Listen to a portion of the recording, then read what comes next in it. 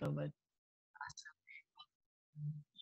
Om Namo Bhagavate Vasudevaya. Om Namo Bhagavate Vasudevaya. Narayanam Namaskritya Naram Chaiva Narottamam Devim Saraswatim Vyasam Tato Jayam Udirayet. Nashta Prayeshu Abhadreshu Nityam Bhagavata Sevaya. Bhagavate Uttama Shloke Bhaktir Bhavati Neshtiki. Om Agyana Timirandasya Gyananjana Shalakaya Chakshur Unmilitam Yena Tasmai Shri Gurave Namaha. Sri Chaitanya Manobhistam Sthapitam Yena Bhutale Swayam Rupa Kadamayam Dadati Swapadantikam Vandeham Shri Guru Shri Yuta Padakamalam Shri Gurun Vaishnavamscha Shri Rupam Sakarajatam Sahagana Raghunathan Tam Sajivam Sadvaitam Savadutam Parijana Sahitam Krishna Chaitanya Devam Shri Radha Krishna Padan Sahagana Lalita Shri Vishakan Vitamscha He Krishna Karuna Sindhu Dinabandho Jagatpate Gopesha Gopika Kanta Radha Kanta Namostute Tapta Kanchana Gaurangi Radhe Vrindavaneshwari Vrishabhanu Sute Devi Pranamami Hari Priye Nama Om Vishnu Padaya Krishna Prishtaya Bhutale Srimate Bhaktivedanta Swamin Iti Namine Namaste Saraswati Deve Gauravani Pracharine Nirviseshasha Shunyavadi Paschatya Deshatarine Vanchakalpa Tarubhyascha Kripa Sindhu Evacha Patitanam Pavanebhyo Vaishnavebhyo Namo Namaha. Jai Sri Krishna Chaitanya Prabhu Nityananda Shri Advaita Gadadhara Shri Vasadi Gaura Bhakta Vrinda Hare Krishna Krishna Krishna Hare Hare Hare Rama Rama Rama Hare Hare. We are continuing to read from Bhagavata, Canto 2, Chapter 8, Text 6. And text 6. Dhautatma Purusha Krishna Padamulam Namunchati Mukta Sarva Parikleshaha Pantha Swasharanam Yatha. Translation and purport by His Divine Grace A.C. Bhaktivedanta Swami Srila Prabhupada. A pure devotee of the Lord, whose heart has once been cleansed by the process of devotional service, never relinquishes the lotus feet of Lord Krishna, for they fully satisfy him, as a traveler is satisfied at home after a troubled journey. One who is not a pure devotee of the Supreme Lord Krishna is not completely cleansed in the heart. But a perfectly cleansed person never quits the devotional service of the Lord. So the only process of cleaning the heart permanently is devotional service. By no other way can we remove all the material desires from the heart. It's only through devotional service. In discharging such devotional service, as ordered by Brahmaji to Narad in the preaching of Srimad Bhagavatam, sometimes a representative of the Lord engaged in preaching work meets various so-called difficulties. This was exhibited by Lord Nityananda when he delivered the two fallen souls, Jagai and Madai, and similarly, Lord Jesus Christ was crucified by the non-believers. But such difficulties are very gladly suffered by the devotees in preaching, because in such activities, although apparently very severe, The devotees of the Lord feel transcendental pleasure because the Lord is satisfied. So outwardly we might think, oh, so much suffering. Lord Jesus Christ, he's being crucified. There's so much suffering there. And then Lord Nityananda, he was hit also by Jaga and Madai. So much suffering. But actually the pure devotees, they don't feel the suffering because they are engaged in the service of Krishna. They are always associating with Krishna. So the happiness that Krishna is feeling, they are also feeling the same happiness. Prahlad Maharaj suffered greatly, but still he never forgot the lotus feet of the Lord. This is because a pure devotee of the Lord is so purified in his heart that he cannot leave the shelter of Lord Krishna in any circumstances. There is no self-interest in such service. So the pure devotee of the Lord, they have no material desires. No material desire, so totally pure. So when we are pure, then our natural position is that we are always connected to Krishna. And when we are always connected to Krishna, then how can we forget him? And then we are always blissful. The progress of culturing knowledge by the jnanis or the bodily gymnastics by the yogis are ultimately given up by the respective performers. But a devotee of the Lord cannot give up the service of the Lord, for he is ordered by his spiritual master. So a yogi or a jnani, once he attains the position that he's been working for through Gyan, once he reaches the impersonal Brahman, then he stops cultivating knowledge. And the yogi, once he's gotten the result of his yoga practice, then he stops practicing yoga. But a devotee, he never stops devotional service. A bhakta never stops bhakti. Bhakti is so relishable, that one does not want to stop. And the more one engages in bhakti, the more one relishes. It gets more and more sweeter. Like how we cook sugarcane juice. Then if we keep on cooking it, it will get more and more concentrated, more and more concentrated, more and more sweeter. And also because a devotee is always instructed by the spiritual master to teach others about Krishna, to teach others that, hey, you're not the body, you're the soul. Because if a devotee does not do that, then where would people like us go, you know? How would we know that we are not the body, that we are the soul? So a devotee is fully compassionate on the fallen souls of this material world. They don't keep the knowledge only for themselves. They give it for everybody. So we also should spread this knowledge to everyone, because everyone is suffering. Why we are suffering? Because we think we are the body. So we should tell everyone, hey, you're not the body, you're eternal servant of Krishna. Please chant Hare Krishna. Whether they take it up or no, it's their independent choice. Pure devotees like Narad and Nityananda Prabhu take up the order of the spiritual master as the sustenance of life. They do not mind what becomes of the future of their lives. They take the matter very seriously, as the order comes from the higher authority, from the representative of the Lord, or from the Lord himself. So the pure devotees, they take up this preaching program very, very seriously, because they're so compassionate. They want to deliver everybody in the world. They don't want to see anyone suffering. The example set herein is very appropriate.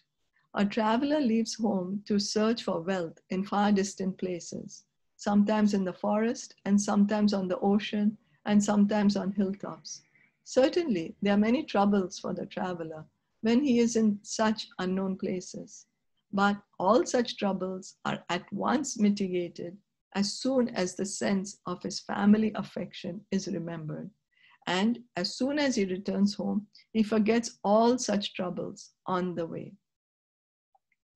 So we can also have the experience that we go out of the house, we for a few minutes we'll enjoy, for some time we'll enjoy.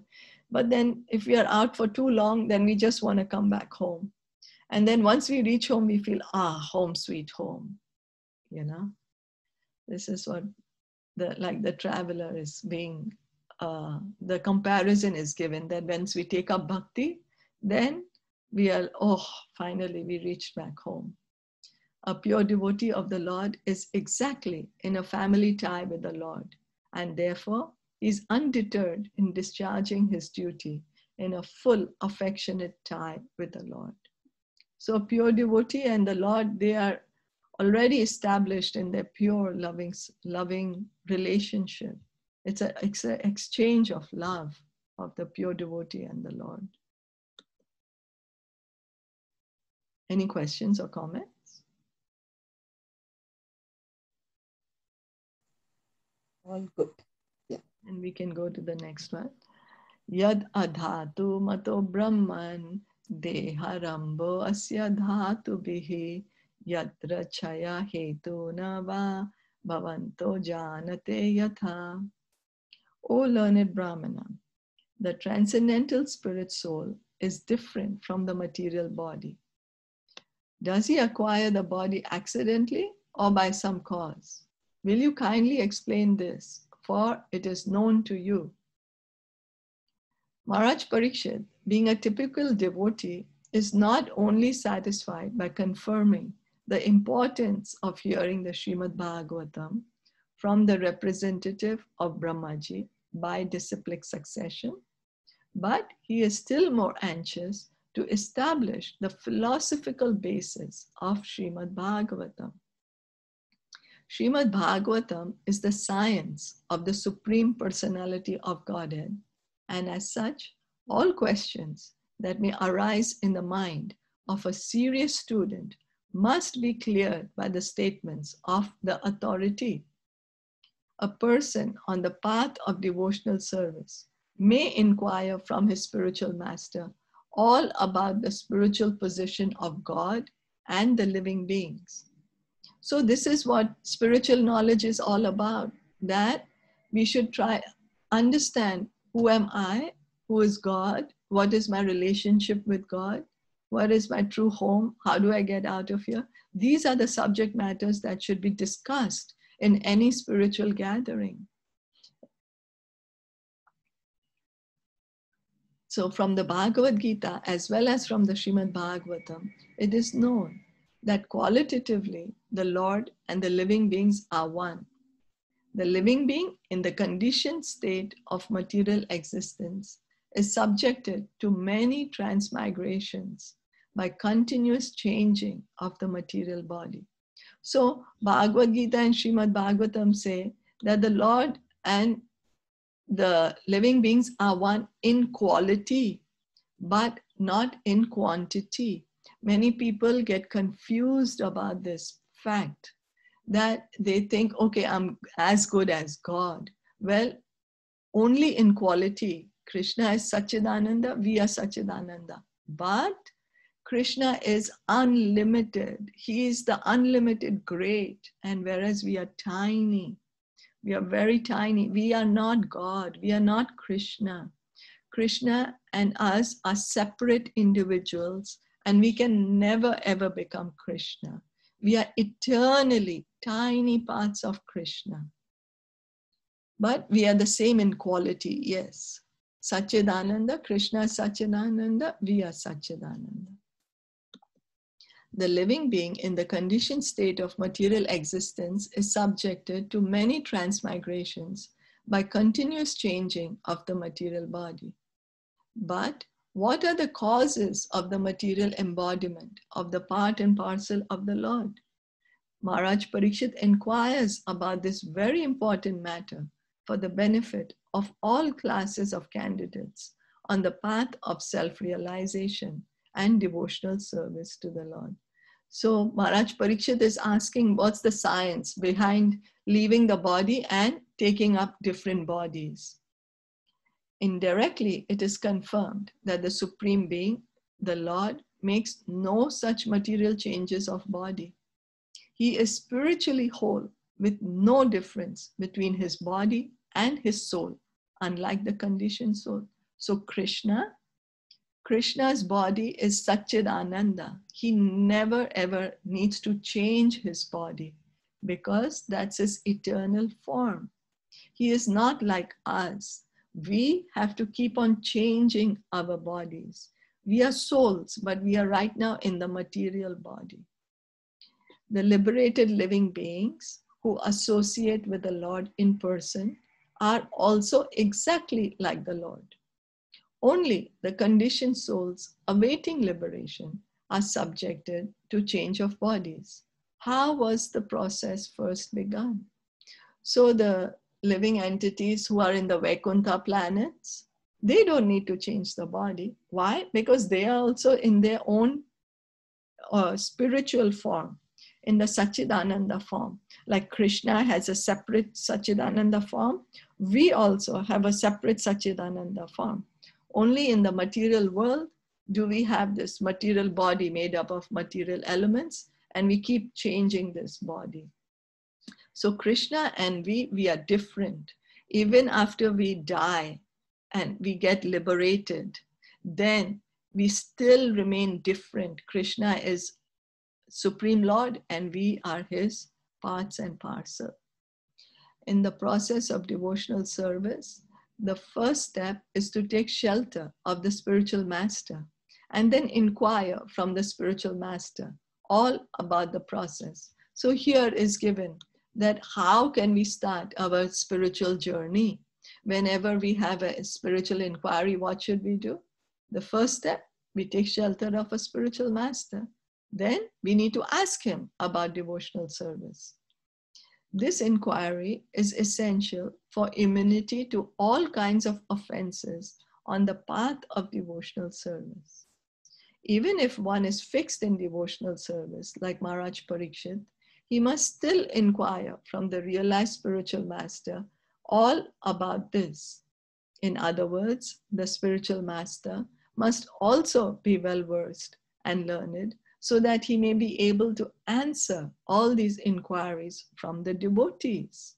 So a spiritual master should be able to guide the devotee, should know the scriptures so well, should know the conclusion of the scriptures, should know the science of Krishna, so that he can guide the others, can guide his disciples.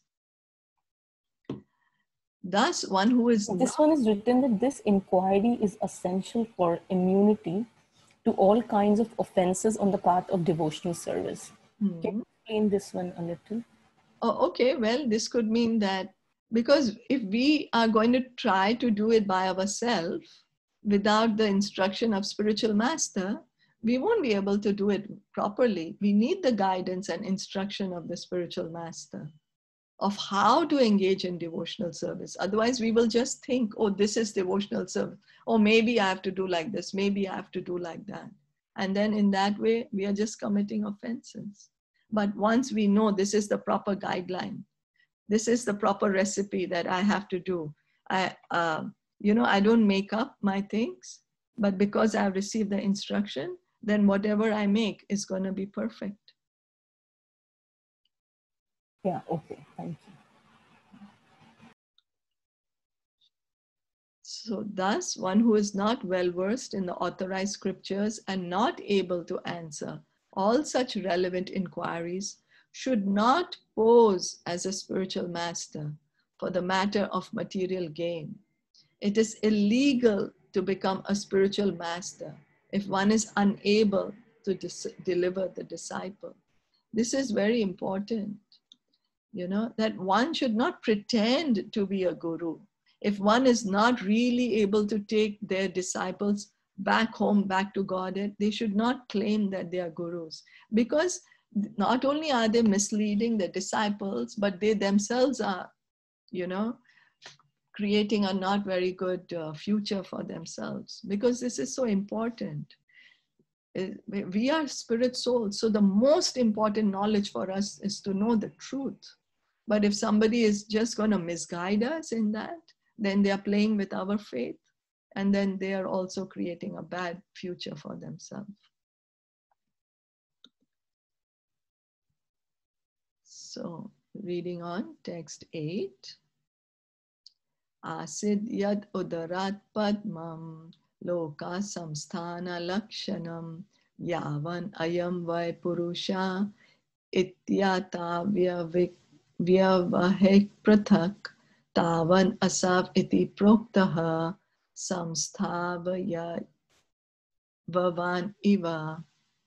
If the Supreme Personality of Godhead, from whose abdomen the lotus stem sprouted, is possessed of a gigantic body according to his own caliber and measurement, then what is the specific difference between the body of the Lord and those of common living entities?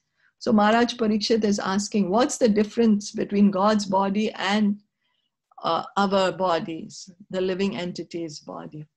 One should note how Maharaj Parikshit intelligently put questions before his spiritual master for scientific understanding of the transcendental body of the Lord. It has been described in many places before this that the Lord assumed a gigantic body like that of Karanadakshayi Vishnu, from whose hair pores innumerable universes have generated. So Krishna first expands as Karanadakshayi Vishnu. And Karanadakshayi Vishnu's body, so many universes are coming out. Can we do that? Can we expand ourselves and then innumerable universes come out of our body? No, we can't. We do not have the capability. So we should stop thinking that we are God, you know. The body of Garbha, or that God is equal to us. We are not able to do like these things. The body of Garbhadakshayi Vishnu is described as sprouting the lotus stem within which all the planets of the universe remain. And at the top of the stem is the lotus flower on which Lord Brahma is born. So from the navel of Garbhadakshayi Vishnu, then it comes a lotus flower. And on top of the lotus flower is Lord Brahma. And in this lotus stem is said to be all the planetary systems are there. In the creation of the material world, the Supreme Lord undoubtedly assumes a gigantic body. And the living entities also get bodies, big or small, according to necessity. For example, an elephant gets a gigantic body according to its needs. And so also, an ant gets its body according to its needs. Similarly, if the personality of Godhead assumes a gigantic body to accommodate the universes or the planets of a particular universe, there is no difference in the principle of assuming or accepting a particular type of body in terms of necessity. A living being and the Lord cannot be distinguished simply by the difference in the magnitude of the body. So the answer depends on the specific significance of the body of the Lord as distinguished from the body of the common living being. So then here the question is raised so that Krishna, he's assuming a big, gigantic body, Karanadakshayi Vishnu, where all the universes are inside his body. And the living entities are also having different bodies like an ant or an elephant, you know, so they also can have different sizes. But what's the actual difference between the Lord's body and our body? Because many of us, we are in the wrong concept, that the Lord's body is same as my body. No, there is a specific difference that our body is made up of material elements, whereas the Lord's body is Satchid Ananda. Always is Satchid Ananda. He never takes up a material body like ours. He never has this body which is has blood and mucus and bile and earth, water, air. No, he's Satchid Ananda. Text 9. So on every Garbhodakshayi Vishnu, Brahma is born. Yes. Right? Yes, in each universe. Universe, right? Yeah. Okay. And then depending on the size of the universe, that Brahma will have maybe 4 heads like we have. Ours is the smallest universe. So our Brahma has 4 heads. And then the bigger the universe, the more the heads Lord Brahma will have. 10 heads, 20 heads, like that. Okay. But how many universes are there? We don't know. No. Unlimited, no? Yeah, unlimited. Oh. Yeah. And imagine these unlimited universes, they are forming the material world, which is only a tiny portion of the full manifestation, you know, because the spiritual world is even much bigger than the material world. Yeah, I think it's 1/4, right? Yes, 1/4. Yeah. Yeah. So text 9. Ajas rajati bhutani bhutatma yad anugrahat dadarshayena tadrupam nabi padma samudbhavaha. Brahma was not born of a material source, but of the lotus flower coming out of the navel abdomen of the Lord, is the creator of all those who are materially born. Of course, by the grace of Lord Brahma, by the grace of the Lord, Brahma was able to see the form of the Lord.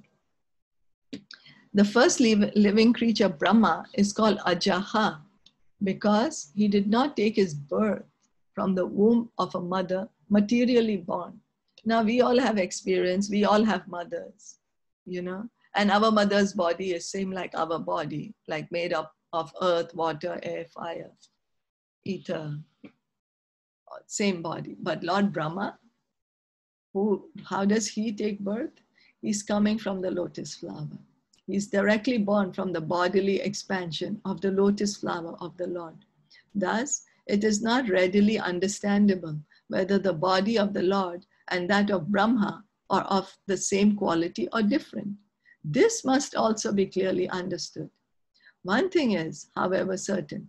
Brahma was completely dependent on the mercy of the Lord because after his birth, he could create living beings by the Lord's grace only. And he could see the form of the Lord. So now the Brahmaji is born from the lotus. So is Brahmaji's body same like the Lord's body or no? That's the question being raised. And of course, to create the universes, Brahmaji got the knowledge from the Supreme Lord. Otherwise, he didn't know how to do it. He had to learn it from the Supreme Lord. We also, when we want to do something, we learn, you know. We don't just sit there, meditate, like, you know, and then suddenly we can do things. No, anything we want to do, we learn. If we want to cook, we learn how to cook. If we are going to manufacture something, we learn how to do the manufacturing of an aeroplane or whatever, of a mobile phone, we learn. So whether the form seen by Brahma is of the same quality as that of Brahma is a bewildering question. Oh yeah, and then Lord Brahma could see Krishna. He could see the form of the Lord. And Maharaj Parikshit wanted to get clear answers from Srila Sukadev Goswami. So these are interesting questions, you know. So Brahma had material body. Brahma's is yes. Material body, right? Yes. Though he was born from, yes, from the Lord, but still. Oh, yes. Okay. Yes. Yeah. Okay, so he had all the 5 material elements. Yes, yes. Okay. Yes. So we can stop here? Yeah. Okay.